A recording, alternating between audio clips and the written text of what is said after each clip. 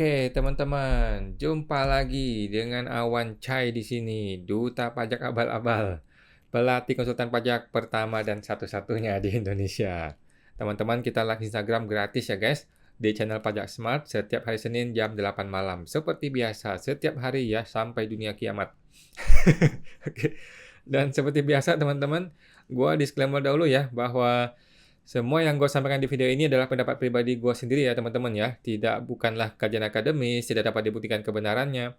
Belum tentu juga sesuai dengan peraturan pajak yang berlaku ya guys.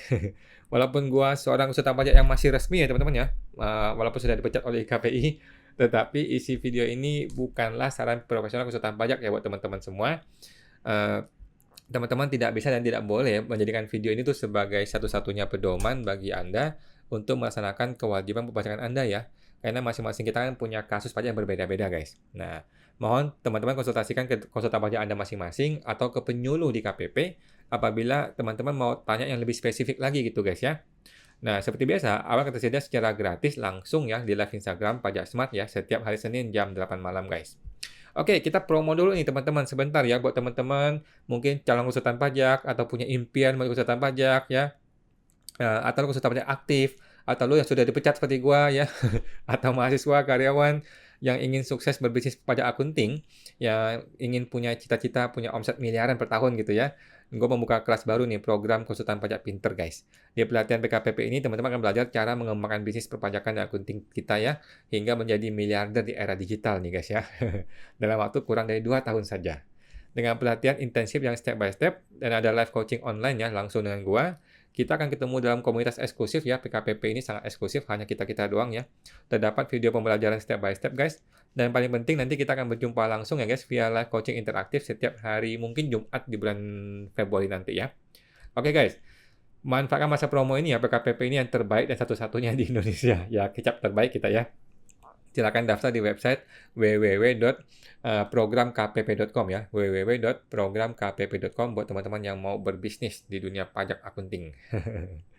Oke, sebelum kita mulai teman-teman ya, jadi kita lagi rame mengenai PPh 21 nih ya. Jadi yang pertama pengen gue sampaikan adalah PPh 21 itu kita mesti bikin bukti potong walaupun PPh-nya itu nol. Contohnya, kita memotong bukan pegawai gitu ya, bukan pegawai yang menerima penghasilan berkesinambungan, itu pegawai tidak tetap. Kalau pegawai tidak tetap itu kan kalau jumlah perharinya itu di bawah 400.000 itu kan tidak usah bayar pajak. Nah, tetapi karena dia nggak usah bayar pajak, kita nggak potong biasanya kan, kita nggak potong, kita tidak bikin bukti potong. Nah, sekarang kita wajib bikin bukti potong walaupun nilai PPh-nya nihil.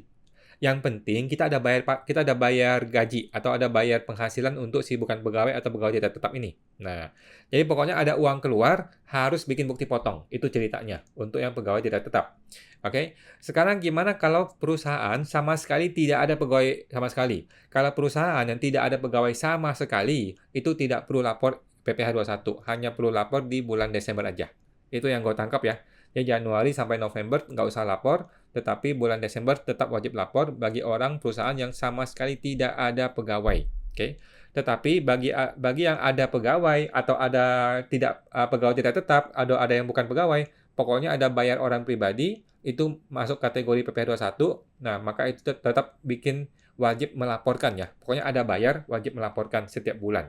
Gitu ya. Itu ya kira-kira yang gue pahami ya teman-teman ya. Oke. Kita akan berusaha menjawab teman-teman. Kalau ada yang belum terjawab, belum terjawab. Kalau ada yang mau bertanya silakan dituliskan di kolom komentar ya. Yang pertama dari Bapak Swagonegiri. Malam Om. Malam Om Swagonegiri. Apa kabar? Om Swagonegiri. Om, gimana caranya bedain pekerja bebas yang harus bayar angsuran pajak dan bayar segepok langsung? Oke. Kak, jadi gini teman-teman, Bapak juga, pekerja bebas itu yang mesti bayar PPh 25 itu biasanya yang rutin. Contohnya seorang dokter. Seorang dokter yang sudah jelas-jelas bekerja di sebuah perusahaan, di sebuah rumah sakit gitu ya, dia terima bukti potong rutin tiap bulan. Maka cenderungnya adalah dia bayar PPh 25, cenderung gitu ya.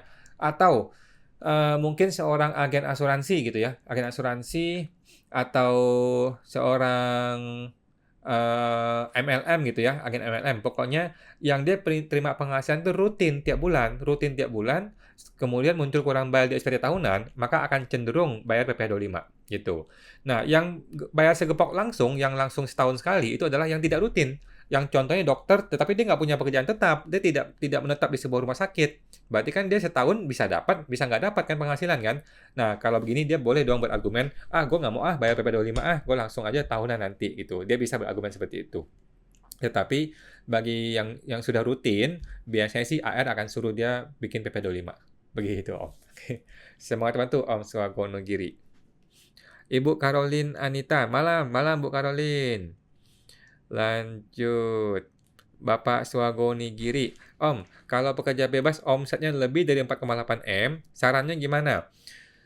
Nah, sarannya gimana ya? Pekerja bebas lebih dari 4,8 M ya.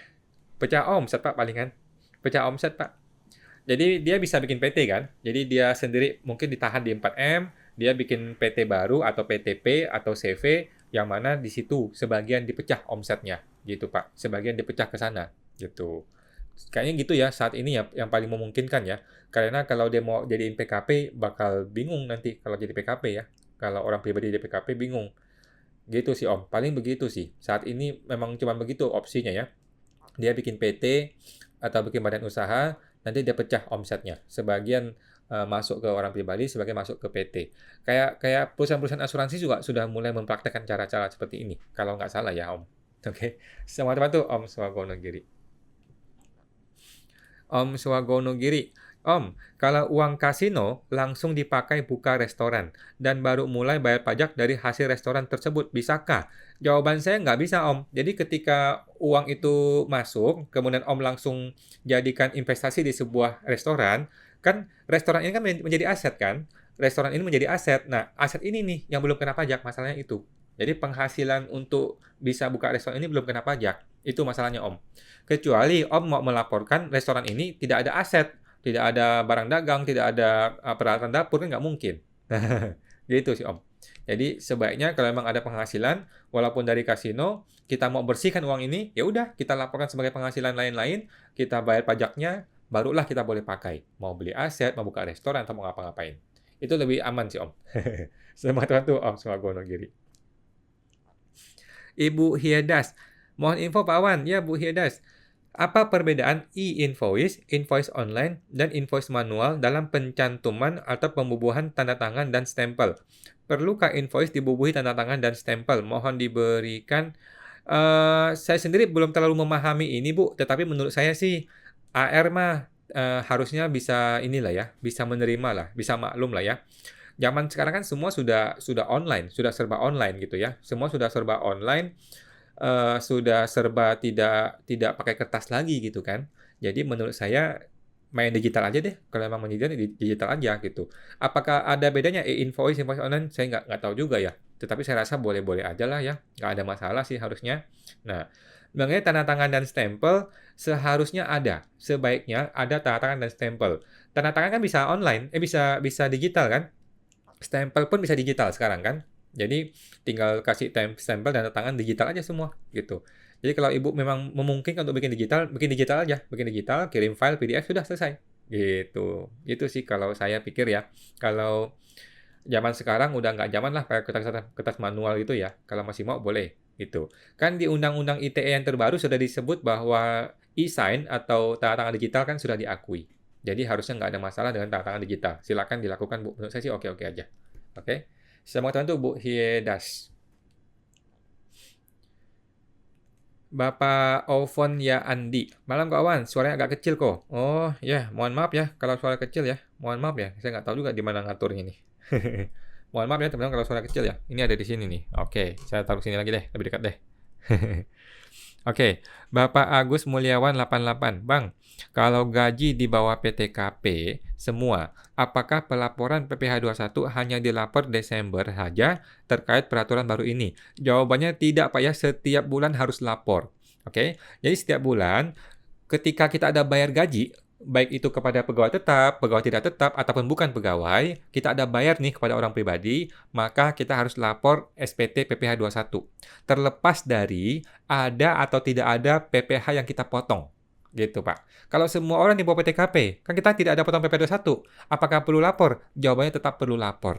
Gitu, Pak ya. Tetap perlu lapor, tetap perlu dibikin di e-Bupet PPh 21 di sistem DJP online. Gitu, Pak ya. Nah, terlebih lagi Desember. Oke. Siapa yang tidak perlu lapor? Yang tidak perlu lapor adalah orang-orang yang sama sekali tidak ada pegawai. Jadi perusahaan-perusahaan CV, PT, PTP yang sama sekali tidak ada pegawai dan dia juga tidak ada bayar yang kategori pegawai tidak tetap. Dia juga tidak ada bayar kepada orang yang bukan pegawai. Pokoknya tidak ada keluar uang untuk orang pribadi. Maka ini adalah tidak perlu lapor. Hanya Desember dia wajib lapor. Gitu, Pak. Semangat itu Pak Agus. Bapak Ito 220 kok mau tanya. Misal orang pribadi terdaftar sebelum PP 23 2018. Di tahun 2024, apakah masih bisa menggunakan PPh final untuk setor PPh-nya di masa Januari nanti kok? Terima kasih. Jawabannya bisa Pak ya, bisa sampai Desember 2024. Oke? Ingat ya, kalau orang pribadi ada diskon pajak atas omset 500 juta. Omset 500 juta tidak usah bayar pajak. Oke, dia cukup bayar pajak setelah melewati omset 500 juta nanti. Gitu akumulasinya. Gitu Pak ya. Jadi masih berlaku sampai bulan Desember 2024. Oke. Semangat untuk Pak Ito 220. Bapak Rahmat FZL, malam kawan, malam Pak Rahmat mau tanya, kalau bekerja bebas masih bisa pakai NPPN atau pakai perhitungan TER? Mohon pencerahannya. Jadi begini Pak, orang mesti jangan salah persepsi ya. TER ini hanya berlaku untuk perusahaan ketika dia mau memotong PPh 21 terhadap orang yang dia bayar. Oke? Prinsip TER hanya berlaku bagi si perusahaan ketika mau memotong PPh 21 terhadap orang yang dia bayar. Apakah itu pegawai tetap, pegawai tidak tetap, ataupun bukan pegawai. Oke? Paham Pak ya? NPPN itu lain ceritanya. NPPN itu untuk orang pribadi yang mau lapor SPT tahunan pribadi. Gitu Pak ya. Ini beda konsep nih, dua dunia yang berbeda. TER itu adalah metode untuk perusahaan memotong PPh 21. NPPN adalah untuk orang pribadi ketika dia mau lapor SPT tahunan pribadi dia. Gitu Pak. Oke, jadi ini berbeda konsep. Oke. Pekerja bebas itu secara TER juga pakai di perusahaan, secara NPPN juga dipakai di orang pribadi. Oke. Nah, semangat itu Pak Rahmat. Bapak Ibu Rasya Khalifi. Malam Pak Wan, malam Bu Rasya. 2023 saya ada keuntungan jual beli saham 100 juta dari bursa. Apakah pencatatan uang keuntungan 100 juta bisa dimasukkan SPT harta bagian halaman 4? Jawaban saya bisa Bu, bisa ya. Jadi semua keuntungan jual saham Ibu langsung saja dimasukin ke bagian harta. Sudah cukup Bu. Gitu. Sedangkan Ibu perlu mencatat di bagian lampiran 3 yang bagian PPh final yang namanya penjualan saham di Bursa Efek. Ibu laporkan nilai sell-nya, nilai penjualan selama 1 tahun. Kalikan kemudian PPh-nya itu kalikan 0,1% kalau nggak salah ya. Gitu Bu ya. Jadi di bagian harta dilaporkan harta kondisi sebenarnya, di bagian lampiran 3 dilapor sesuai dengan nilai sell atau nilai penjualan saham selama 1 tahun. Oke. Ingat ya Bu, nilai penjualan saham tidaklah mencerminkan keuntungan atau kerugian. Memang begitu. Kalau saham memang begitu cara ngitungnya. Oke. Semua teman itu Bu Rasya. Ibu Rasya, pada lampiran 3 dimasukkan 100 juta dalam 6C, penghasilan lainnya yang dikecualikan dari objek pajak penghasilan tidak perlu Bu, tidak perlu ya, tidak perlu. Langsung di bagian PPh final. Di bagian PPh final, Ibu masukkan nilai penjualan saham selama 1 tahun. Gitu Bu ya. Nah, sedangkan nilai profitnya Ibu tidak perlu laporkan kemana-mana. Langsung saja tercermin di dalam harta nanti. Gitu Bu. Oke. Hanya melaporkan nilai sell saja di bagian lampiran 3, bagian PPh final. Bukan di bagian yang penghasilan dikecualikan dari objek pajak ya. Gitu. Semangat itu Bu Rasya. Ibu Henry, kok green inflation itu apa ya? Itu memang aneh tuh Gibran ya. Memang unik tuh orang. Mohon maaf ya Pak Gibran dan Pak Henry. Luar biasa tuh. Debat Cawapres yang paling tidak bermutu. Ibu Licing 25, malam Bu Licing. Kalau dihitung dari PPh 21 menggunakan sistem terbaru, kalau dihitung kembali terjadi lebih bayar. Nah, Ibu licin nggak usah khawatir, nggak usah masalah, nggak usah pikirin. Kita ikuti saja ternya saja, Bu. Kita ikuti saja metode ternya. Masalah LB, KB, LB kita hitung nanti setelah bulan Desember. Di bulan Desember baru kita pikirin gimana solusinya. Oke? Kalau sekarang kita sudah pusingin, nggak ada solusi, Bu. Sekarang belum ada solusi. Oke? Sekarang potonglah sesuai dengan ternya di dalam sistemnya e-Bupet PP21 yang terbaru ini. Gitu, Bu ya. Kalau memang perlu potong, kita potong saja. Gitu, Bu ya. Kita kasih tahu karyawan, bukannya kita nggak mau bantu ilu, tapi ini peraturan pemerintah, wajib. Gitu ya. Sifatnya mandatory, wajib. Bukan pilihan. Ini nggak ada pilihannya, ini wajib. Gitu, Bu ya. Jadi kita potong saja sesuai dengan tarif TER.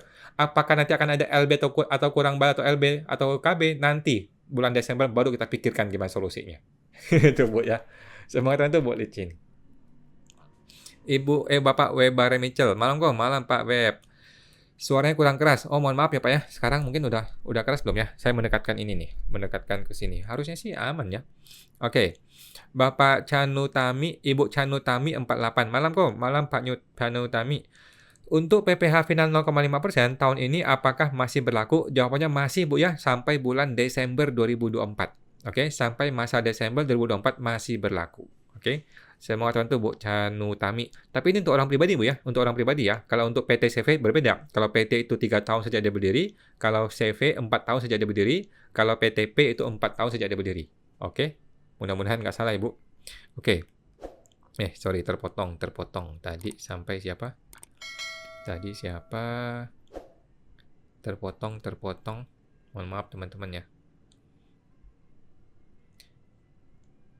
Terpotong tadi sampai ke Ibu Licing sudah. Bapak Webari Mitchell, Ibu Chanutami sudah. Oke, lanjut. Ibu Maria 8888M. Malam kawan, malam Bu Maria. Omset di bawah 500 juta tahun 2024. Itu harus buat laporan tiap bulan kah? Tidak perlu Bu, tidak perlu ya. Baik itu omset di bawah ataupun di atas 500 juta, untuk orang pribadi tidak perlu lapor sama sekali setiap bulan. Yang dia perlu lakukan adalah membayar. Oke, membayar setelah melewati 500 juta omsetnya. Kalau dia sudah bayar, maka dianggap sudah lapor. Gitu, Bu ya. Jadi kalau di bawah tidak usah lapor, kalau di atas itu dia cukup bayar dan ketika dia membayar itu dianggap sudah lapor. Gitu, Bu, beres. Selamat bantu Bu Maria. Ibu Caroline Anita, malam kawan, malam Bu Caroline. Titip pertanyaan teman di sebelahku. Dampak pajak transfer pricing di bidang jasa software seperti apa kok? Makasih kok. Waduh, saya kurang paham nih Bu, kalau transfer pricing. Saya ini masih level B Bu, belum level C ya. Saya rasa sih nggak ada masalah Bu. Transfer pricing itu kan hanya sebuah dokumen ya, TP-Doc aja. Tinggal dilaporkannya TP-Doc. Yang penting kan dia tidak bermain-main dengan harga jual, harusnya nggak ada masalah sih. Itu ya. Semangat tuh Bu Caroline. Ibu Nita Junita 007. Kalau notaris atau tenaga ahli, apakah langsung dikenakan tarif progresif pasal 17 yang lama? Jadi gini Bu, dalam rangka perusahaan memotong, nah itu kan menggunakan metode yang namanya bruto kalikan 50% dikalikan dengan tarif pasal 17. Oke, dalam rangka memotong ya, dalam rangka perusahaan memotong, maka bruto dikalikan 50% dikalikan tarif pasal 17 sesuai dengan metode bukan pegawai ya. Nah, sedangkan di pribadinya, si notarisnya ini, si tenaga ahlinya ini di pribadinya, dia akan lapor menggunakan pasal 17. Itu betul. Apakah dia bisa menggunakan 50% atau enggak, itu gantung dari dia punya NPPN enggak. Kalau dia punya surat NPPN, maka dia bisa pakai 50% saja yang kena pajaknya. Gitu Bu ya. Mudah-mudahan masuk Ibu. Nah, semangat itu Bu Nita. Ibu Cindy Lovely 05. Untuk CV Suket PP 55, apa saja laporan SPT masaknya? Atau cukup lapor SPT tahunan saja? Sama saja Bu, CV maupun PT maupun PTP itu sama. Dia perlu lapor PPh 21 setiap bulan, lapor PPh 23 jika ada memotong jasa, kemudian lapor PPh final, kalau dia ada memotong PPh final ya, seperti sewa gitu ya. Kemudian PPN kalau dia ada PKP. Gitu doang sih Bu. Pada dasarnya sih sama aja dengan PT ataupun PTP. Oke. Semoga itu Bu Cindy Lover. Ibu Melisa Isabella. Malam Bu Melisa. Bupet final pemotongan UMKM untuk CV yang sama, namun 2 invoice beda bulan yang dibayarkan bersamaan di satu masa pajak. Oh, oke. Terus gimana Bu?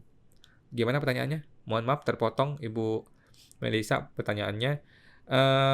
Menurut saya sih ya, kalau masih bisa, minta tolong dong si customer-nya itu, pecahin dong atas atas 2 invoice ini, karena kan ini beda masa nih. Kalau bisa tolong dipecahin. Kalau dia nggak bisa, ya udah nggak apa-apa lah. Kalau si customer-nya tidak bisa memisahkan atau dia malas atau nggak mau revisi, ya sudah, kita terima saja. Di kita sih tetap kita akui di bulan tersebut deh, kalau saya deh. Jadi saya malas untuk memindah-mindahin bulan. Jadi walaupun dia dipotong di bulan depan, tetap saya akan akui itu sebagai bukti potong atas bulan ini, gitu. Supaya nggak bingung, supaya kita nggak bingung nanti. Gitu. Itu hanya matching prinsipal aja. Oke? Saya mau katakan itu Bu Melisa. Bapak Hendri Awan 23. Tanggapan Ko Awan mengenai PB1 atas spa, diskotik, karaoke, dan lain-lain yang mengalami kenaikan menjadi 40%. Saya sudah tanggapi di video khusus Pak kemarin ya, mengenai Hotman Paris ya. Jadi saya termasuk orang yang menolak kesewenang-wenangan pejabat. Suka-suka dia naikin, nanti begitu Luhut ngomong, tiba-tiba berubah lagi. Enak benar aturan diatur-atur begitu ya. Jadi menurut saya peraturan itu sebelum dibikin harusnya dikomunikasikan dengan masyarakat dong, ya.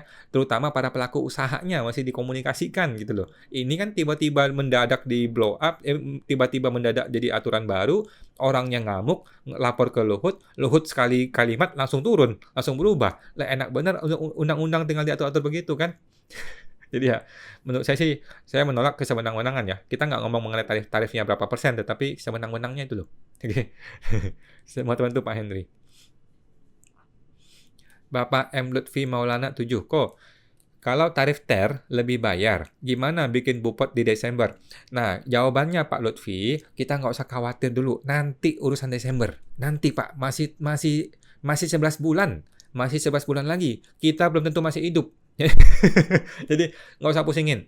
Nanti Pak, nanti di bulan Desember baru kita pikirkan. Oke, ada 2 solusi yang menurut saya mungkin dilakukan oleh DJP ya. Solusi pertama adalah biarkan itu menjadi kewenangan oleh si pegawai itu sendiri.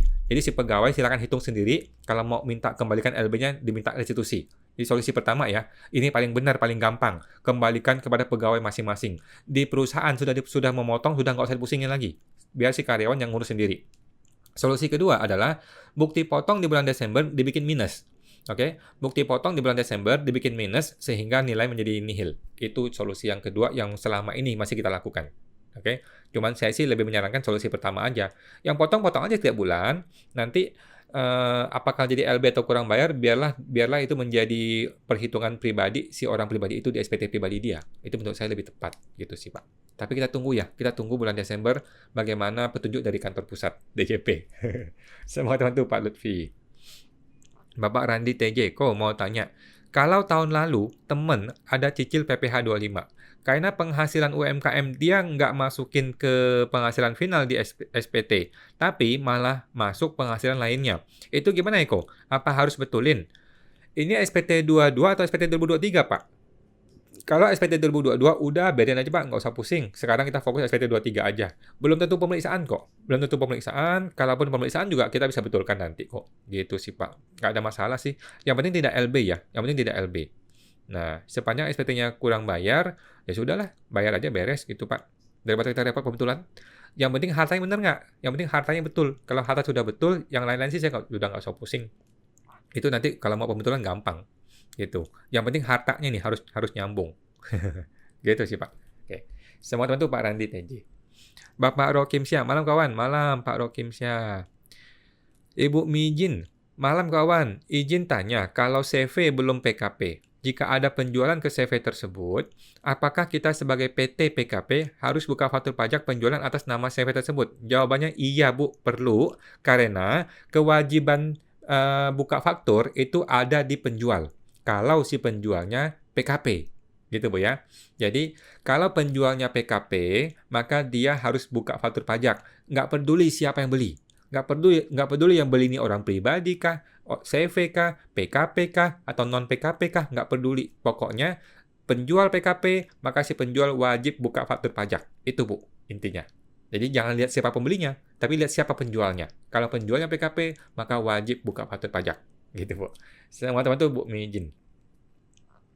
Ibu Nita Yunita 007. Kok, kalau dapat Bupot, kan udah dipotong PPh-nya oleh pemberi kerja. Kenapa bayar angsuran PPh 25 kok? Nah, ini gini Bu, ini untuk kategori contohnya dokter nih. Seorang dokter biasanya tidak berpraktek hanya satu rumah sakit. Dia berpraktek di mungkin 2, 3, atau 4 rumah sakit. Ditambah lagi dia punya klinik pribadi. Oke? Jadi, seorang dokter yang menerima banyak sekali bukti potong, itu biasanya akan mengalami kurang bayar yang besar di SPT tahunan. Gitu. Nah, kurang bayar yang besar di SPT tahunan itu perlu dicicil menjadi PPh 25 di tahun berikutnya. Gitu sih. Jadi sebenarnya sih negara mau bantuin kita supaya kita nggak berat di tahunan gitu sih sebenarnya. Gitu Bu ya. Tetapi kalau kayak agen asuransi yang hanya satu perusahaan doang gitu ya, itu biasanya sih nggak perlu PPh 25, nggak perlu, karena dia akan nihil atau malah LB. Gitu sih Bu. Yang jadi KB besar itu adalah kalau kayak dokter, pengacara, notaris, yang dia bekerja di banyak perusahaan dan punya banyak bukti potong, atau artis gitu ya. Itu akan menyebabkan terjadinya LB, kurang bayar PPh 29 yang besar, sehingga perlu dibagi 12 untuk tahun berikutnya. Gitu Bu. Nah, semua teman itu Bu Nita, Yunita. Bapak Novi Bagas 33, kawan, kalau untuk karyawan di bawah 20 orang, apakah tetap pakai e-filing ya kok berarti? Saya rasa enggak Pak ya. Ini mengenai PP21 Pak ya. Mengenai PP21 mulai Januari nih 2024 sudah menggunakan metode yang baru Pak. Setahu saya begitu Pak ya. Ada di Per 2 kan, Per 02 tahun 2024 ya. Jadi mulai Januari kita lupakan mengenai ISPT. Semuanya sudah menggunakan e-filing Bupot ya. Bupot PPh 21 di dalam DJP online. Gitu sih Pak. Setahu saya begitu Pak ya. Kita sudah nggak usah pakai ISPT lagi. Langsung kita menuju ke Bupot PPh 21. Oke, semangat tuh Pak Novi Bagas. Bapak William Stephen 8, malam kok, malam Pak William. Mau tanya, ada pinjaman bank berupa kredit modal kerja. Cara lapor di SPT pribadi gimana ya? Nilai per 31 Desember 2023 ya yang dimasukkan ke SPT. Makasih. Betul Pak William. Yang dilapor di SPT 2023 adalah nilai hartanya adalah nilai kondisi harta per 31 Desember ya. Contohnya nih, kan dia pinjam nih, anggaplah 1M gitu. 1M itu kan bisa berubah jadi mobil, uang, deposito, atau rumah, atau properti, atau apapun ya kan. Nah, inilah yang dilaporkan sebagai harta. Kemudian di bawahnya, dia lapor yang namanya hutang. Hutang itu dia laporkan senilai apa? Senilai pemakaian. Oke, bukan senilai plafon bank ya, tetapi senilai pemakaiannya saja, atau istilahnya nilai minusnya. Oke, senilai nilai minusnya itulah yang dia laporkan di bagian hutang. Di bagian harta, dia lapor senilai hartanya. Gitu. Gitu Pak ya. Semua teman tuh Pak William Stephen. Ibu Sian Dayani 59. Malam Pak Wan, malam Bu Sian. Tahun 2023, berapa PTKP sekarang? Terima kasih. Sama Bu, sama ya. PTKP tidak ada perubahan ya. 54 juta basicnya, ditambah dengan 4,5, 4,5, 4,5, 4,5. Gitu Bu. Semangat untuk Bu Sian. Bapak Stanley Jonathan. Malam kawan, malam Pak Stanley. Boleh jelasin apa sanksi jika terjadi hubungan istimewa? Sebenarnya nggak ada masalah Pak. Hubungan istimewa itu tidak ada masalah. Yang menjadi masalah adalah gara-gara hubungan istimewa, kita tuh turunin harga terlalu rendah. Sehingga kawan kita ini, atau saudara kita ini, atau hubungan istimewa ini, menjadi mengalahkan kompetitornya dengan cara yang tidak fair. Nah gitu Bu, Pak, yang jadi masalah ya. Namanya transfer pricing. Setahu saya begitu ya. Jadi gara-gara hubungan istimewa, harganya menjadi terlalu rendah sehingga mengalahkan kompetitor atau terjadi monopoli di market. Gitu, itu yang nggak boleh. Sanksinya adalah apa? Sanksi disuruh naikin harga. Sanksi disuruh naikin harga, suruh bayar pajaknya. Begitu. Jadi supaya fair aja sih, supaya market jadi fair. Gitu Pak. Nah, semua teman tuh Pak Stanley. Ibu Raini Kue. Malam kok, baru mulai ya? Ya Bu, halo Bu Raini. Pak Stanley Jonathan, makasih kok, sama-sama. Ibu Anggrani Tasya, kok, kalau PT tidak beroperasi, tetapi belum tutup PT, dan tidak ada karyawan, hanya bosnya saja, tapi sudah tidak digaji, karena tidak beroperasi, apakah perlu lapor PP21? Jawabannya tidak perlu, kecuali bulan Desember. Oke? Masa Desember tetap dia perlu laporkan. Masa Januari sampai November itu tidak perlu dilapor jika tidak ada pegawai sama sekali. Gitu, Bu. Tetapi kalau ada pegawai, atau ada pegawai tidak tetap, atau ada bukan pegawai, ketika dia ada pembayaran, maka di bulan tersebut dia harus lapor PPh 21. Walaupun yang dipotong itu 0%. Walaupun yang dipotong itu tidak ada. Gitu, Bu. Semua tentu Bu Anggreni. Ibu Cindy Lovely 05. Kalau dividen sebuah PT ditarik, lalu disetorkan lagi ke PT tersebut sebagai modal saham selama 3 tahun, itu tidak akan kena PPh dividen kok. Betul Bu ya, tidak kena PPh dividen dengan syarat dilaporkan ya setiap tahun di e-reporting ya, di menu layanan e-reporting e-reporting investasi, oke? Dilaporkan di menu e-reporting investasi selama 3 kali berturut-turut sebelum tanggal 31 Maret setiap awal tahun. Gitu Bu ya, itu. Semoga teman-teman Bu Cindy. Ibu Fatma Awak. Kok, untuk perusahaan yang karyawannya ratusan dan banyak, apakah perlu dibuat billing satu-satu kok sekarang? Kayaknya enggak, Bu, enggak. Billing tetap dibikin satu kali aja, satu bulan. Cuman nanti dia perlu input di ini, di Excel-nya. Input di Excel-nya, nanti kan Excel tinggal di-upload kan? Tinggal di-upload ke dalam sistem e-Bupet PPh 21-nya. Gitu, Bu. Gampang kok, gampang. Coba aja, Bu, otak-atik dulu di Excel-nya ya. Gampang kok. Oke, selamat waktu Bu Fatma. Bapak Disteresia Albertus. Malam Pak Wan, malam Pak Albert. Dengan adanya Per 2 2024, apakah masih berlaku SPT PPh 21 nihil dan SPT yang pembayarannya nihil? Tidak perlu lapor SPT masa kecuali Desember. Sudah tidak berlaku Pak, sudah tidak berlaku. Mulai masa Januari, jika dia ada bayar orang, terlepas dari ada PPh yang dipotong ataupun tidak ada PPh yang dipotong, dia tetap wajib lapor di bulan tersebut PPh 21. Oke? Jadi semua perusahaan itu wajib lapor PPh 21 sekarang ya, mulai Januari sampai Desember. Kecuali yang sama sekali tidak ada pegawai, sama sekali tidak ada bayar pegawai tidak tetap, sama sekali tidak ada bayar bukan pegawai. Maka semua itu tidak ada PPh 21 dan tidak ada bayar orang kan, maka dia tidak perlu lapor PPh 21 Januari sampai November. Kecuali Desember tetap mesti lapor, gitu Pak. Tetapi kalau dia ada bayar orang satu aja, bayar orang ya, baik itu pegawai, bukan pegawai, atau pegawai tidak tetap ya, dia tetap harus lapor PPh 21 di bulan tersebut.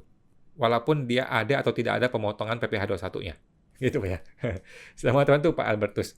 Intinya lapor aja deh tiap bulan. Bapak Rokim Syaf, di aturan terbaru, perusahaan yang semua karyawan yang gaji di bawah PTKP, apakah perlu lapor setiap bulan? Jawabannya perlu.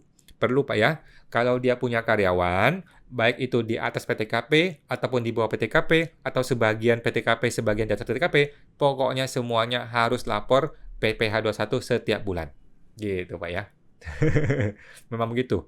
Kecuali yang tidak ada pegawai sama sekali. Oke. Semua teman tuh Pak Rokim Syaf. Yang saya pahami begitu ya. Ibu Raini Kue, kok sudah tanya sudah buat PPh 21? Sudah Bu, besok pagi terbit videonya ya. Nah, formulir downloadnya sheet 21 dan 26. Kalau yang 21 ada kolom PTKP. Jadi yang potong pajak, jasa AC dan lain-lain itu, kita mana tahu PTKP-nya apa. Lalu biasakan 50% kalikan 50% alias 2,5 dan 3%. Oke. Jadi mohon maaf Bu, sepemahaman saya, PTKP itu tidak berlaku bagi yang bukan pegawai. PTKP itu hanya berlaku bagi yang pegawai dan pegawai tidak tetap ya. Jadi PTKP hanya berlaku bagi pegawai tetap dan pegawai tidak tetap.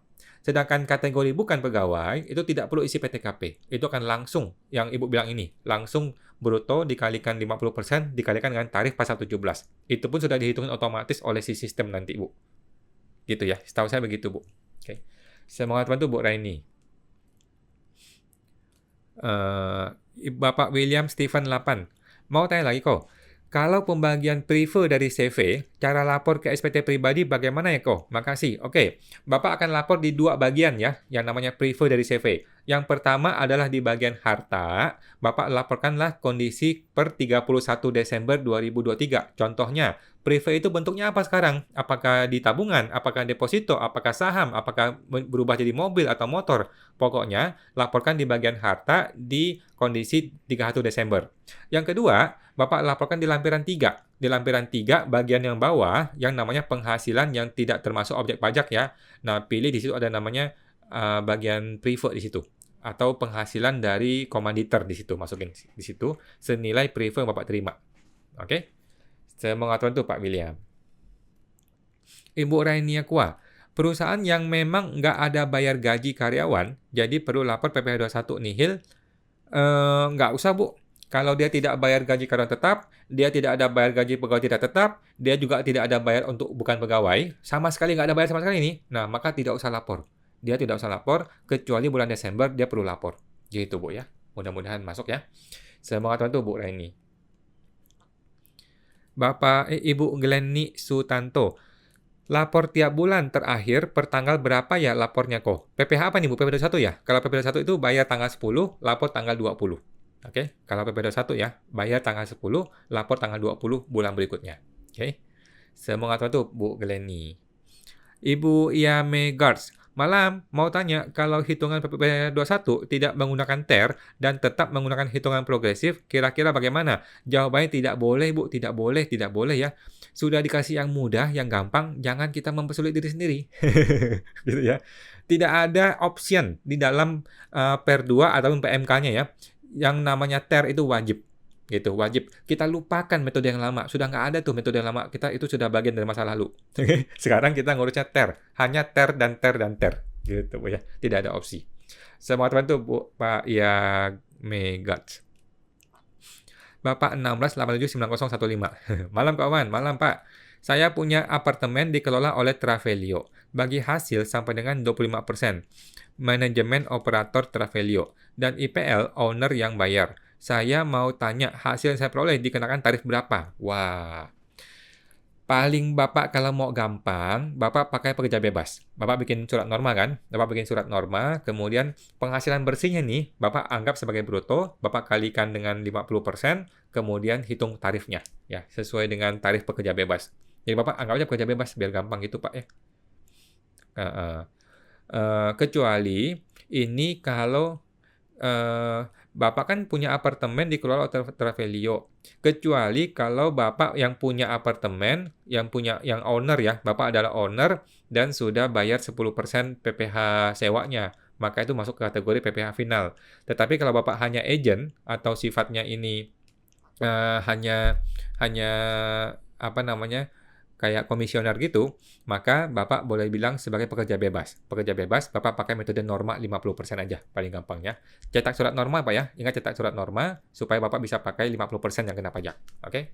Semangat teman tuh, Pak 16. Bapak Ibu Lita Chang, kok apakah bahaya kita kasih tahu password DJP ke orang lain untuk isi SPT tahunan? Kalau konsultan ya nggak apa-apa, Bu. Kalau konsultan atau memang orang yang Ibu tugaskan untuk mengerjakan ya nggak apa-apa. Kan memang dia perlu tahu. Kalau dia nggak tahu nanti gimana dia mau lapor. Gitu sih. Masalah bahaya sih nggak masalah, Bu ya. Belum pernah ada masalah. Belum pernah ada orang yang menyebarkan password DJP online yang kemudian jadi masalah. Nggak pernah. Ya, memang orang mau ngapain punya password kita? Kan orang nggak bisa bobol rekening bank kita. Gitu sih, Bu. Jadi nggak ada masalah sih, Bu. Sama teman itu Bu Lita. Tapi tentu saja kita share password hanya pada orang-orang kita percaya ya, terutama konsultan pajak gitu. Ibu Rainie Kua. Oh, baik. Nggak ada keluar uang untuk pegawai dan non-pegawai, berarti nggak perlu lapor. Iya, Bu, setahu saya begitu ya. Karena kemarin saya sempat bingung kan, kalau semua orang wajib lapor, nanti perusahaan-perusahaan yang mati suri, yang selama ini hidup tak segan mati tak mau, itu gimana ceritanya? Kalau mesti lapor kan repot ya. Nah, tetapi ternyata tidak perlu lapor. Kalau sama sekali tidak ada pegawai, tetap, tidak tetap, ataupun bukan pegawai, sama sekali nggak ada, maka itu nggak usah lapor. Oke. Semua teman itu boleh ini. Kecuali Desember ya, Desember tetap lapor. Bapak Eric Fir, kok laporan 21 yang TER, apakah masih sama di ISPT atau gimana Pak? Tidak Pak, tidak ya. Kita lupakan ISPT. Mulai hari ini, masa Januari 2024, kita menggunakan metode baru yang namanya e-Bupot PPh 21. Itu sudah ada di sistem DJP online. Bapak tinggal pilih menu profil, kemudian menu aktivasi fitur, diaktifkan fitur itu. Sudah aktif, ya sudah bisa. Saya sudah coba kok, besok sudah ada videonya, saya terbitkan. Oke Pak ya, jadi mulai Januari 2024, kita sudah menggunakan metode baru yang namanya e-Bupot PPh 2126. Oke, kita lupakan ISPT. Bye-bye ISPT PP21. Semangat tuh Bu Erik, Pak Erik. Bapak Budi IRT2PB. Pak, izin bertanya. Jika ada karyawan yang belum memiliki MPWP, bisa tidak Pak dibuatkan Bupot PPh 21 di DJP online yang tidak ya Pak? Jawabannya bisa Pak, pakai NIK ya, pakai NIK. Jadi, kalau dia tidak punya MPP, dia boleh pakai NIK, tetapi ingat, PP21-nya akan lebih tinggi 20%. Gitu Pak, bisa kok. Oke. Saya mau atur itu Pak Budi. Ibu Hiedas, apa akibatnya jika tanda tangan dan stempel tidak dicantumkan pada invoice? Saya rasa nggak ada masalah, Bu, ya. Cuman kalau kita ketemu pemeriksa pajak yang agak iseng gitu ya, dia suka bermasalahin. Ini invoice kok nggak ada stempel, nggak ada stempel, nggak ada tanda tangan, nanti kita koleksi fiskal ya, kan begitu. Kalau kita penjualan sih nggak akan dikoleksi fiskal, tetapi kalau pembelian nanti bisa dikoleksi fiskal gara-gara itu dianggap tidak sah gitu. Tetapi menurut saya nggak masalah sih, kita boleh perjuangkan kok. Kita bisa buktikan kok kalau ini sah. Buktinya dari mana? Dari arus kasnya ada, arus banknya ada, bukti transfernya ada. Eh, Mungkin ada email-emailan bahwa kita sudah ada pembelian begitu. Jadi nggak ada masalah sih, Bu. Cuman kalau bisa lebih rapi, lebih tertib akan lebih bagus. Gitu ya. Lebih tertib administrasi akan lebih bagus gitu. Jadi kalau ada tanda tangan, ada stempel kan lebih aman, kita nggak usah ribut sama AR gitu. Tetapi anyway, kalaupun tidak ada tanda tangan, nggak ada stempel, kalau kita bisa buktikan bahwa ini transaksinya real, itu nggak ada masalah kok. Semoga teman tuh Bu Hiedas. Bapak Rokim Syah, bagaimana caranya buat Bupot di mana karyawan tidak punya NPWP, gaji di bawah PTKP semua? Pakai nomor NIK, Bu, pakai nomor NIK. Ya, sudah ada kok di e-Bupotnya, tinggal isi nomor NIK saja kalau nggak ada NPWP. Kalau di bawah PTKP, nggak apa-apa, tetap di-input aja, tetap di-input, nggak ada PTKP, yang penting kita submit aja. Gitu sih, Pak. Nah, semoga itu Pak Rokim Syah.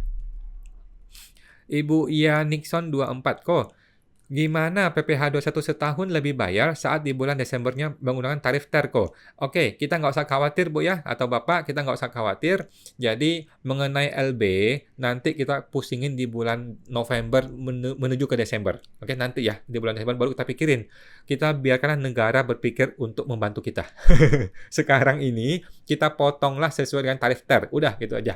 Nanti di bulan Desember bagaimana solusinya, kita tunggu anjuran dari pemerintah, kita tunggu petunjuk dari pemerintah. Oke? Dari saya sih cuma ada dua solusi. Solusi pertama adalah biarkan tetap dipotong LB, nanti biar diserahkan kepada si karyawan masing-masing di SPT pribadi dia. Cara kedua adalah di bulan Desember kita isinya minus. Ya, pemotongan PPh menjadi minus gitu. Simple kan? Sama teman itu Bu ya Nixon. Bapak Jamal Captures. Malam Pak Jamal. Program KPP bulan Februari, apakah cocok untuk staf pajak yang belum USKP? Jawabannya cocok, Pak. Cocok ya. Biasanya berapa lama kita bisa dapat klien? Kita mau cari duit, Pak, bukan mau cari klien. Jadi nggak usah khawatir, ada banyak cara mencapai uang. Apakah kita menjual jasa pelaporan pajak bulanan? Boleh-boleh saja, Pak. Boleh-boleh saja. Jadi kan kita ngajarin bisnis ya. Bisnis ada banyak cara sih, ada banyak cara. Gitu, Pak. Oke, mari bergabung, Pak. Sama-sama tuh Pak Jamal. Ibu Lisa Mona, malam Bu Lisa, mau tanya, untuk jadi PPh 21 TER, ini jadi pakai bukti potong semua ya tiap bulan? Dan jadi kalau ada karyawan yang ada 100, jadi bukti potongnya 100 karyawan kok. Nah, ini juga saya belum pasti nih, Bu. Ada teman yang bilang bahwa karyawan tetap itu harus dibikin 12 lembar bukti potong setiap bulan. Ini yang saya masih nggak yakin, gitu. Bagaimana teman-teman yang lain? Mungkin bisa tahu ya. Jadi, apakah betul karyawan tetap itu yang selama ini cuma bikin satu bukti potong setahun, yang namanya A1, sekarang tuh tiap bulan masih bikin bukti potong? Apakah betul begitu? Kalau betul ya lumayan amsyong ya. Ya kita coba cek aja Bu, coba dites aja nanti ya. Coba dites di buku PP21-nya ya. Apakah perlu bikin bukti potong setiap karyawan tetap setiap bulan? Kalau perlu lumayan. Tetapi kan tinggal di-upload aja sebenarnya. Tinggal di-upload sudah otomatis by sistem sebenarnya. Gitu sih. Saya sih masih ragu-ragu ya. Saya masih merasa kok agak aneh ya kalau karyawan tetap mesti terima bukti potong setiap bulan. Agak aneh, tetapi ya mungkin aja terjadi. Coba dites aja Bu ke e-bupotnya ya. Kalau begitu ya bagus juga sebenarnya supaya tiap bulan tuh clear gitu ya. Jadi tiap bulan kita lapor clear, nggak usah lagi ngitung-ngitung di bulan Desember. Mungkin begitu lebih tepat. Gitu Bu ya. Coba dites di e-bupotnya Bu. Selamat teman tuh Bu Desa. Bapak Ibu Wantis 73. Malam Bu Wantis. Kalau UMKM tetapi tidak punya suket karena NPWP di sistem pegawai. Bagaimana kalau ada Bupot kok? Oke, nggak ada masalah Bu. Kalau dia UMKM, kemudian dia yakin ya dia UMKM 0,5% final, dia tinggal bayar dong ya. Dia tinggal bayar sendiri 0,5%-nya. Tiba-tiba muncul Bupot ya kan? Tiba-tiba muncul Bupot PPh 23 gitu dari orang lain gitu kan. Ya dia buang aja. Cuma nanti kan ketika AR bertanya, kok ada ditemukan Bupot, dia masih menjawab. Dia masih menjawab, Pak, sorry Pak, itu kita tidak akuin karena itu bukan sudah saya bayar sendiri secara pribadi dan orang itu salah motong saya, gitu. Itu mesti dipastikan ya. Tetapi kalau itu adalah Bupot PPh 21, maka nggak bisa tuh. Tergantung, dia ini mainnya jasa atau barang. Kalau dia mainnya jasa, maka seharusnya bukan UMKM ya. Kalau jasa itu kan dia langsung masuk ke pekerja bebas. Maka Bupot sudah betul. Mesti cek lagi, Bu. Semua teman itu Bu Wantis. Ibu Anggreni Tasya, kok kalau PT tidak beroperasi tapi belum ditutup, biasanya hanya lapor tahunan untuk bos ya saja nihil karena tidak ada ambil gaji. Apakah sekarang harus lapor setiap bulan PP21? Nggak perlu Bu ya, nggak perlu setahu saya. Kalau dia tidak ada pegawai sama sekali, tidak ada bayar orang sama sekali, maka dia tidak perlu lapor setiap bulan. Tetapi bulan Desember tetap harus dilapor. Oke, gitu Bu. Kecuali dia ada bayar orang. Kalau dia ada bayar orang satu aja orang yang dia bayar, baik itu pegawai tetap, pegawai tidak tetap, ataupun bukan pegawai, dia tetap perlu lapor PP21 di bulan tersebut. Setahu saya begitu, Bu. Oke. Semangat untuk Bu Anggreni. Ibu Raini Kwa, sudah validasi di kolom MPWP apa nih, Bu? Saya sih sudah ya. Mengenai apa nih, Bu Sari? Bu Raini, mohon maaf. Bapak Ibu Gomez 5284, ko, BP pribadi, PPS, kursnya USD 14 sekian. November 2023 USD-nya sudah berubah 15. Nanti isi SPT pakai kurs yang 14 atau 15 ya. Nilai USD tetap sama, tidak tukar ke rupiah. Oke. Kalau menurut saya sih Ibu boleh pilih dua sih. Boleh pilih salah satu dari dua ini. Yang pertama adalah pakai 14.000, tetapi Ibu menggunakan tahun perolehan yang dulu, yang 2000 berapa gitu kan. Kalau cara kedua adalah Ibu mengupdate menggunakan 15.000, tetapi Ibu update nilai tahun perolehannya menjadi 2023. Oke? Cara pertama adalah nilai perolehan, tahun-tahun perolehan. Cara kedua adalah nilai terbaru, kurs yang terbaru, tapi tahun perolehannya diupdate menjadi 2023. Kalau nilainya kecil, saya lebih mending pilih yang kedua. Kenapa? Karena selisih capital gain tidak besar. Kalau selisih capital gain-nya kecil, kan dia ketutup sama PTKP. Kalau ketutup sama PTKP, mending kita pakai harga terbaru dong. Gitu. Tetapi kalau gap-nya terlalu besar, Ibu merasa berat bayar pajak, ya udah pakai metode yang pertama. Gitu ya, metode yang pertama, pakai kurs yang lama, tetapi tahunnya pun pakai tahun yang lama. Gitu. Kalau saya sih mending yang terbaru. Karena nanti jangan sampai 5 tahun Ibu nggak update, tiba-tiba Ibu jual kursnya sudah 20.000 nanti, malah repot. Gitu, Bu. Semua teman-teman Bu Gomez. Ibu Cindy Lovely 05. Untuk bukti potong PPh 21, kemarin saya bertanya ke KPP. Katanya, bukti potong hanya untuk karyawan yang di atas PTKP. Untuk yang di bawah PTKP, digabungkan semua bukti potongnya. Apakah betul? Saya nggak yakin deh, Bu. Saya nggak yakin ya. Coba cek lagi, Bu ya. Ini baru hari ini soalnya ya. Baru hari ini dia terbuka di aplikasinya. Tadi sih saya cek nggak begitu ya. Tadi saya cek sih setiap orang mesti dibikinin. Setiap orang tetap mesti dibikin bukti potong. Dan tadi saya cek sih, Bu ya. Coba Ibu otak-atik aja langsung. Sudah bisa kok, sudah terbuka. Feeling saya sih nggak digabungin lagi. Feeling saya setiap orang harus dibikin. Gitu, Bu. Semua teman-teman Bu Cindy. Bapak Andi sini. Bupot Settle itu maksudnya apa ya kok? Bupot itu adalah bikin bukti potong tetapi dari online. Ya, Bupot adalah bikin bukti potong tetapi dari online, langsung dari DJP online. Settle adalah sertifikat elektronik. Settle itu dibutuhkan untuk masuk ke dalam sistemnya Bupot atau Bupot unifikasi. Oke. Jadi sertifikat elektronik adalah Settle yang punya si perusahaan. Gitu ya. Mesti dibikin. Settle adalah sebuah file ya. Settle adalah sebuah file untuk masuk ke dalam sistem DJP online. Gitu sih Pak ya. Selamat teman-teman Pak di sini.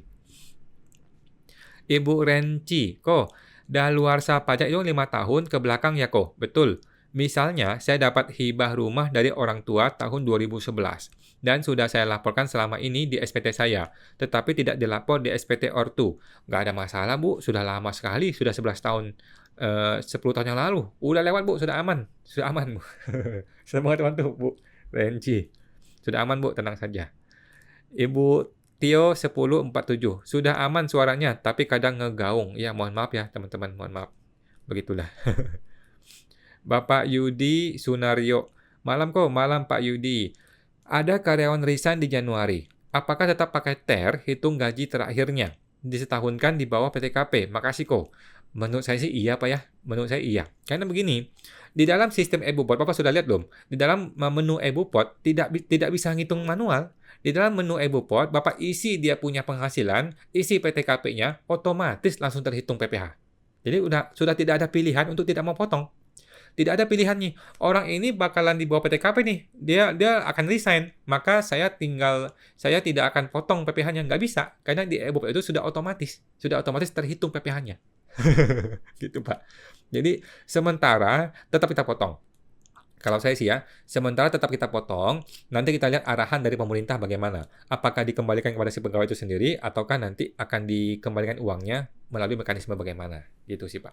Oke, semangat tuh Pak Yudi. Bapak Blink Supplies, kalau penghasilan bruto 35 juta per bulan, tapi pakai norma 50%, bagaimana perhitungan pajak menurut PPh 21? Saya masih nggak paham maksud ibu ini, atau ini dalam rangka apa nih? Dalam rangka si perusahaan mau memotong atau dalam rangka si orang pribadi mau bayar pajak? Nah, kalau dalam rangka orang pribadi mau ngitung PPh SPT tahunannya, dia tinggal langsung masukin aja brutonya 35 juta kan kalikan 12, kemudian pakai normal 50% kalau dia punya NPPN, kemudian akan otomatis terhitung di dalam e-form-nya, Bu. Dalam e-form-nya akan terhitung otomatis berapa nilai PPh di halaman induk nanti. Oke, itu dalam rangka orang pribadi ya, mau lapor. Sekarang dalam rangka perusahaan. Dalam rangka perusahaan memotong PPh 21, langsung aja gaji dia dikalikan 50%, langsung dikalikan dengan tarif pasal 17, gitu, untuk bulan tersebut. Gitu aja. Oke, tidak akumulasi ya. Semoga teman tuh Bu Blink Suppliers. Ibu Licing 25. Malam kok, malam Bu Licing. Apabila kita sudah mendapat NPWP, tapi belum mendapat suket PP 55, di tahun 2024 baru urus, apakah melaporkan SPT tahunan 2023 dapat menggunakan tarif umum? Enggak sih, Bu. Jadi gini, tarif umum maupun tarif PPh final nggak bisa diganti-ganti ya. Sekali Ibu menggunakan tarif umum, Ibu sudah tidak bisa kembali ke PPh final. Oke, sekali orang sudah menggunakan tarif PPh umum, sudah tidak bisa kembali ke PPh final, walaupun itu masih dalam rangka 7 tahun. Ya. Nah, jadi Ibu mesti tentukan dari awal. Apakah Ibu mau menggunakan PPh final, maka dari awal pakai final dan seterusnya selama 7 tahun ke depan. Kalau Ibu menggunakan tarif umum dari awal, maka sudah tidak bisa kembali ke PPh final. Oke, kalau di tengah-tengah, di tahun ketiga, tahun keempat, Ibu berganti ke PPh final, PPh umum, dari final ke umum nih, maka seterusnya Ibu menggunakan PPh umum. Sudah nggak bisa pakai PPh final. Gitu, Bu ya. Jadi tentukan dari awal mau pakai PPh yang mana. Semua itu Bu Licing.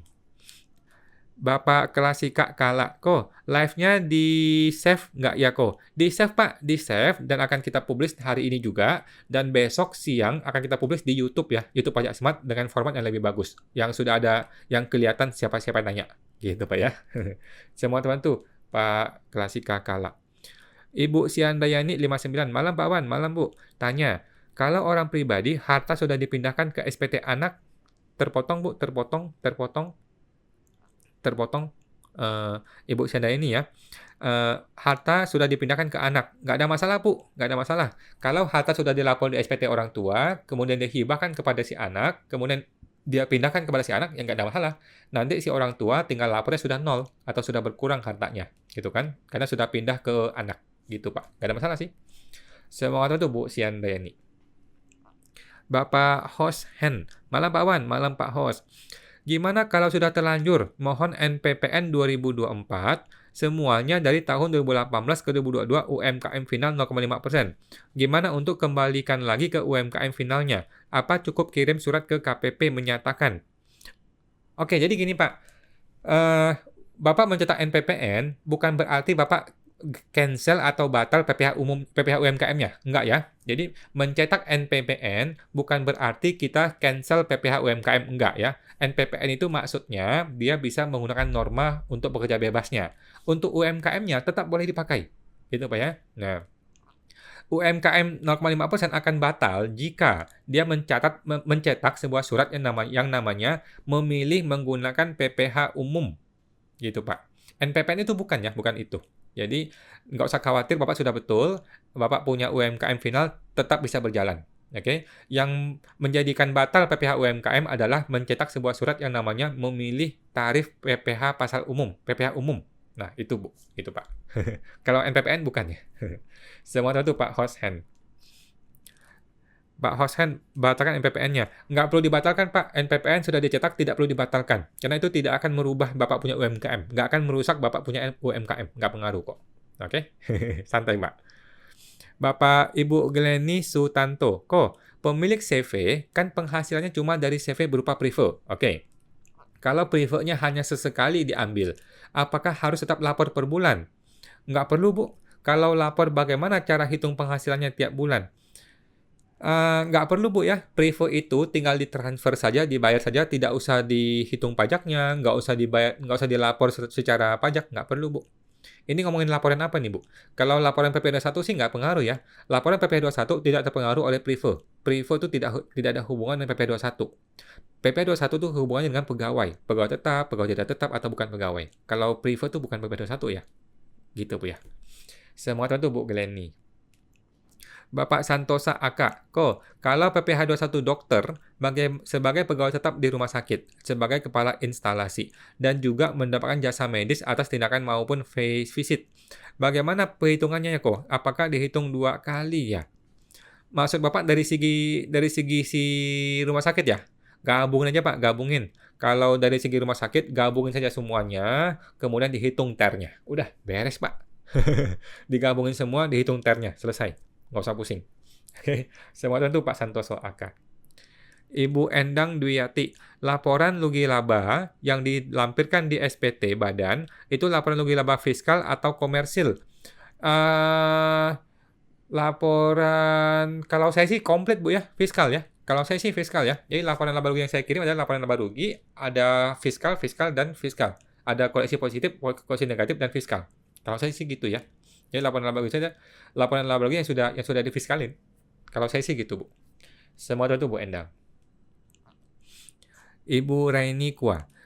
Kalau ada pembiayaan untuk teknisi luar negeri ke Indonesia untuk perbaikan mesin, masuk ke biaya apa ini? Apa yang harus diperhatikan?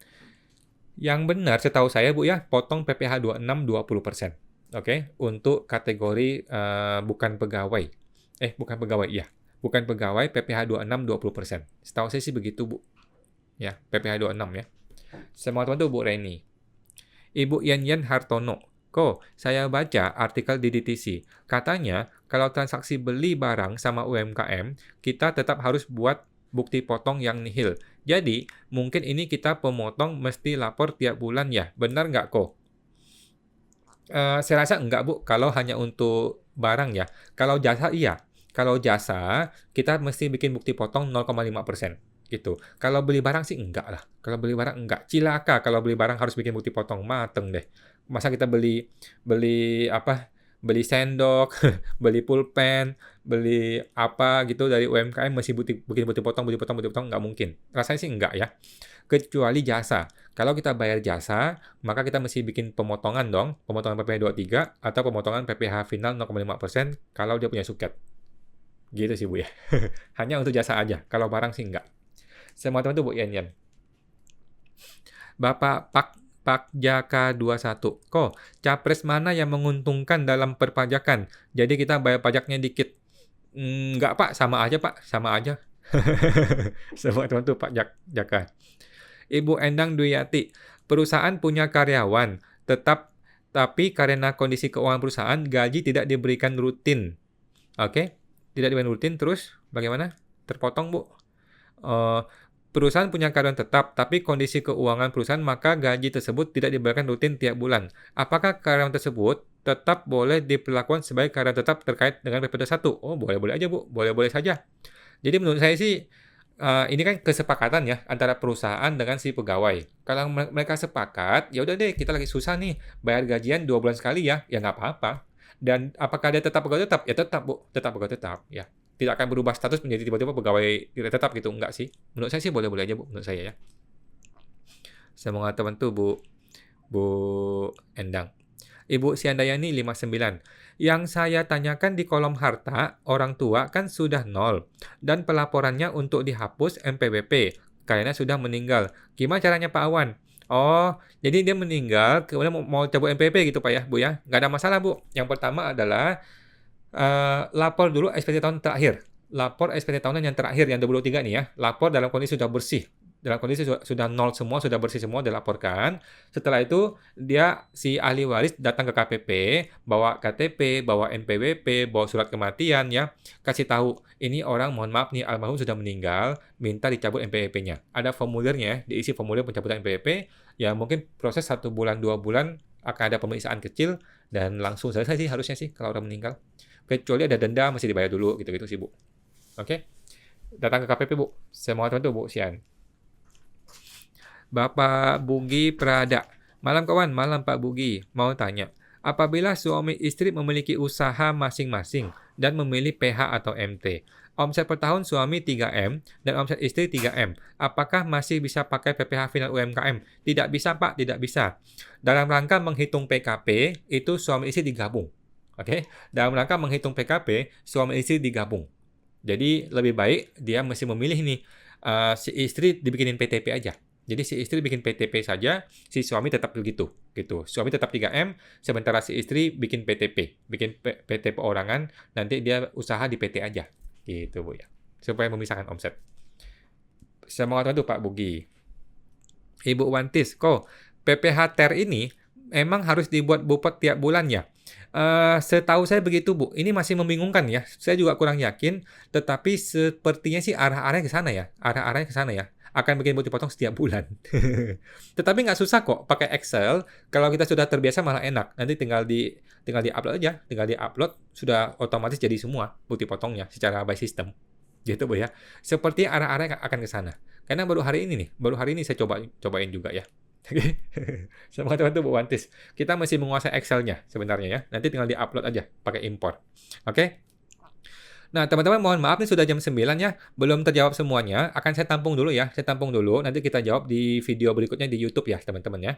Oke, saya tampung dulu untuk Bapak Rifan NWB, kemudian Ibu Endang Dwiyati, kemudian Ibu Thalia Purwita, Ibu Endang Dwiyati, kemudian Ibu Wantis 73, Bapak Ibu Rasya, makasih sama-sama. Ibu Janego 83, oke. Ibu Syafalin 3, oke. Ibu Nita Yunita 007, Bapak Yulian Aham, oke. Ibu Sisilia Teja, Ibu Sisilia Teja, Bapak NPG e-Football, Ibu Minarti Hutahaen 14, oke. Bapak Glenny Sutanto. Mohon maaf teman-teman, mohon maaf ya, belum terjawab ya. Akan saya bikin jawaban di video di YouTube ya. Ibu Anggreni Tasya, Ibu Yanyan Hartono, Bapak 16, Ibu Eli Nurdiana, Bapak Ibu Cecilia Teja, Ibu Eli Nurdiana, oke, Ibu Wantis 73, Ibu Ovon Ya Andi, Ibu Hiedas, Ibu Josephine, Bapak Burhan 0819, Ibu Ningkawa, Ibu Jenny Susantio, Ibu Cindy, Bapak Handoyo 09, Ibu Wantis 73, Ibu Agustian Olen, Ibu Wulan 7779, Bapak Riko Andiko, Bapak Hayanto 33, Ibu Gomez 5282, Ibu Yanyan Hartono, Ibu Lina Wong, kemudian Pak Burhan 0819, Bapak Leo Victor, Ibu Gomez 5284, Ibu Gomez, oke. Ibu Wantis 73, kemudian oke, sudah selesai. Oke teman-teman ya, mohon maaf teman-teman belum bisa dijawab semuanya. Kita akan jawab di YouTube, di video berikutnya di YouTube ya. Oke, makasih teman-teman ya, makasih Bu Anggreni, makasih teman-teman semua, makasih semua. Kita jumpa lagi di hari Senin depan jam 8 seperti biasa di live Instagram. Oke, sampai jumpa semuanya, mari.